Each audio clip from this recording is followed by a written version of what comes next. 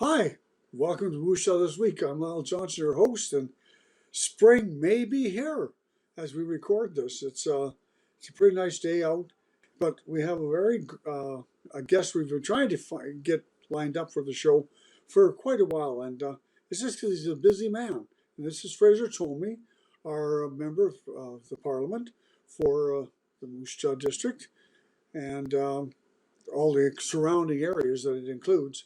So, Fraser, you're in Moose Jaw, and what a good thing to have you here and talking to us about some good things happening for you and for the constituency.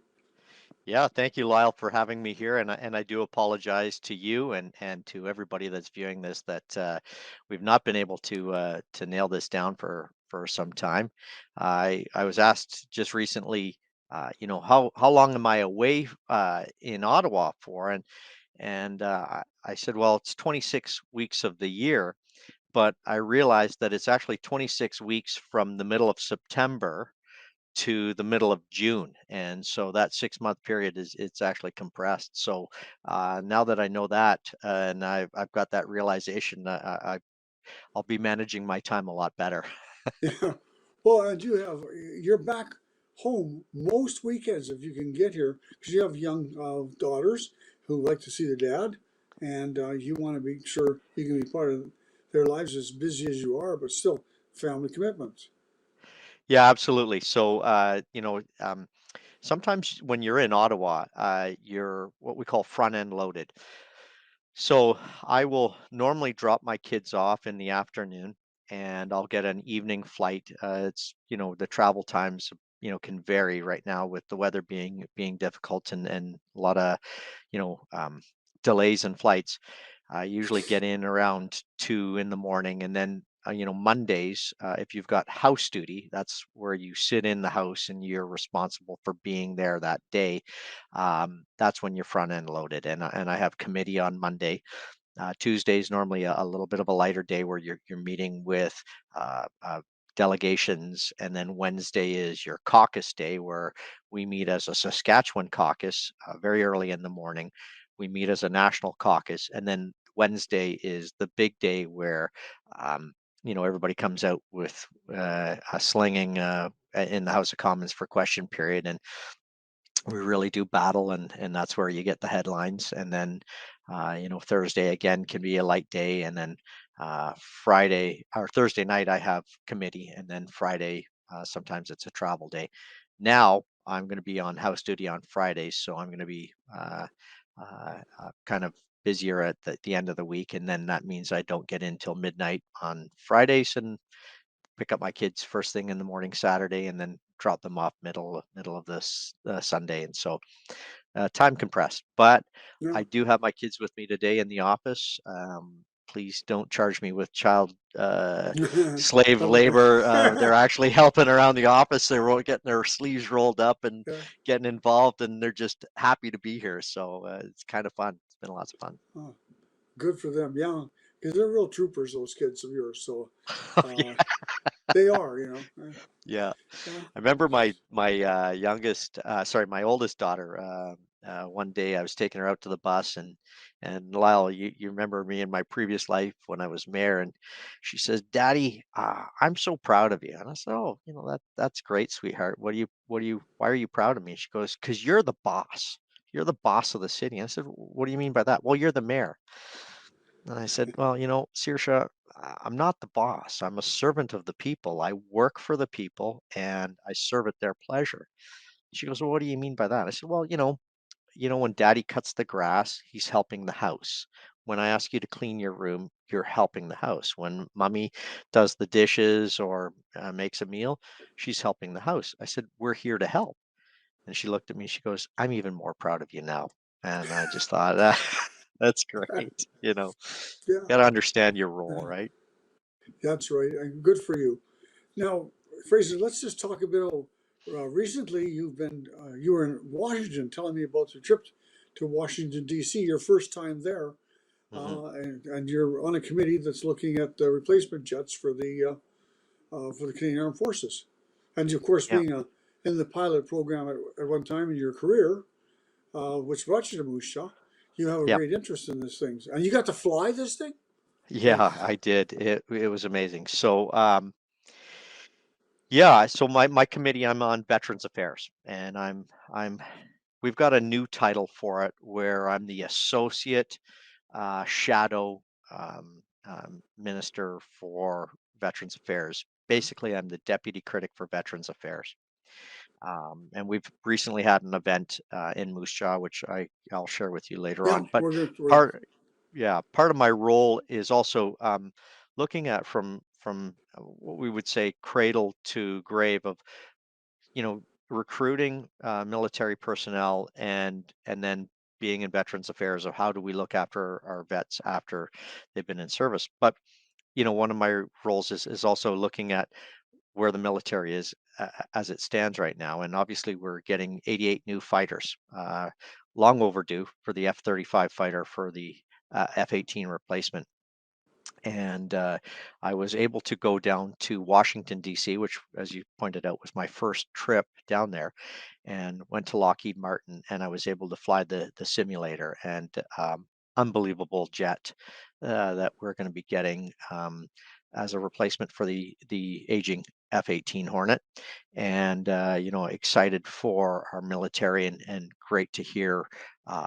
What kind of jet this is, able to see some of its performance and characteristics in handling and yeah, so it was excellent.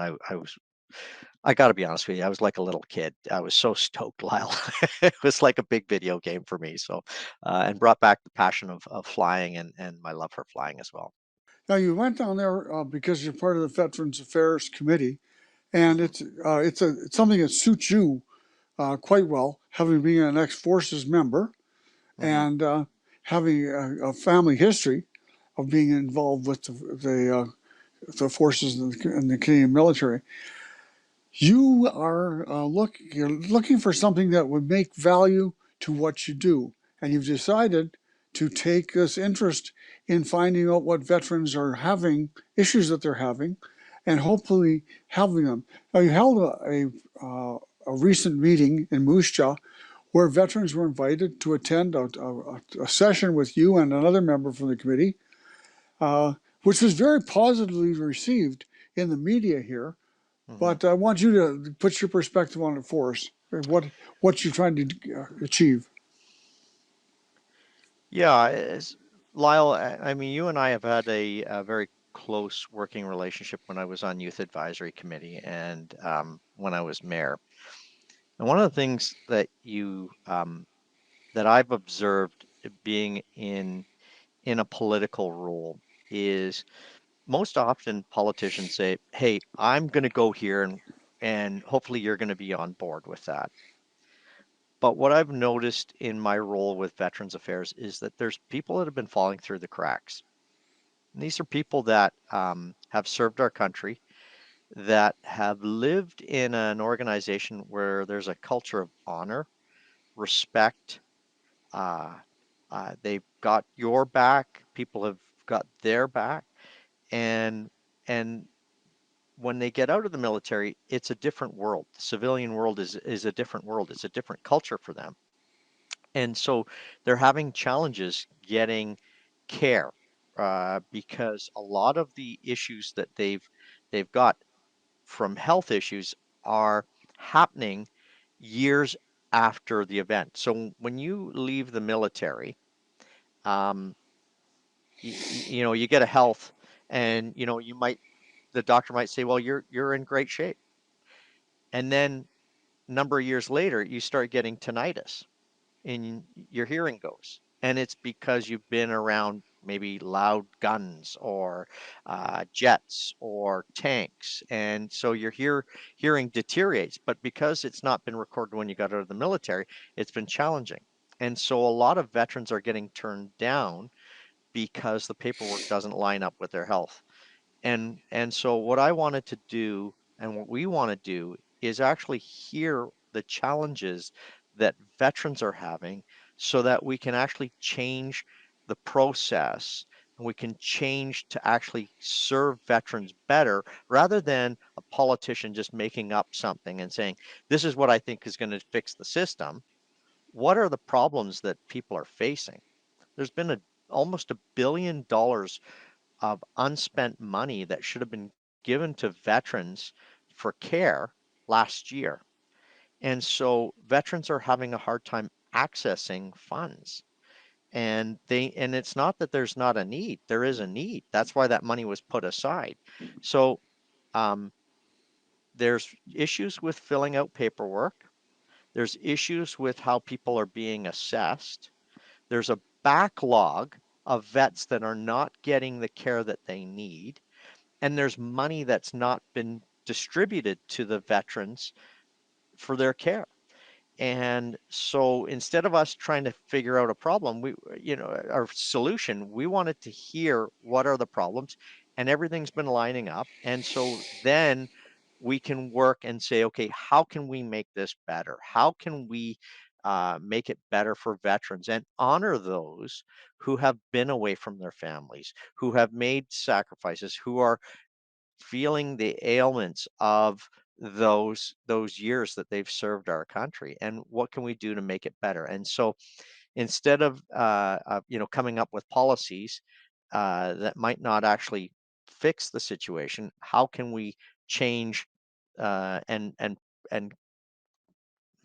fix the bureaucracy, the holdups to actually get care to veterans? And so we had a weekend where we had veterans from the Legion, from the Anna vets, from across the riding meet in Moose Jaw, and we heard, and quite honestly, I was very, very surprised, Lyle, at people actually standing up and saying, you know, I've been let down, or I've been hurt, and we need help. Well, Fraser, thanks for letting us know about this project you're working on. It is certainly something of value and something that people maybe should pick up on. And I understand we're going to have another one a little bit later in the year, another session where people can come back. Some of the people that addressed you said that they'd heard this before, and you're hoping that this time people are going to hear what you have to say from what you've heard from people talking to you. But I really appreciate the fact that you've taken time to talk with us today. I hope you enjoy some time at home, and we'll talk to you soon. Well, thank you, Lyle, and thank you to your viewers for having me out uh, on your show. And it's a real honor to serve in this capacity, and hopefully we can connect and do this again at another time. And for you, my guests watching at home, thanks for watching Moose Jaw this week.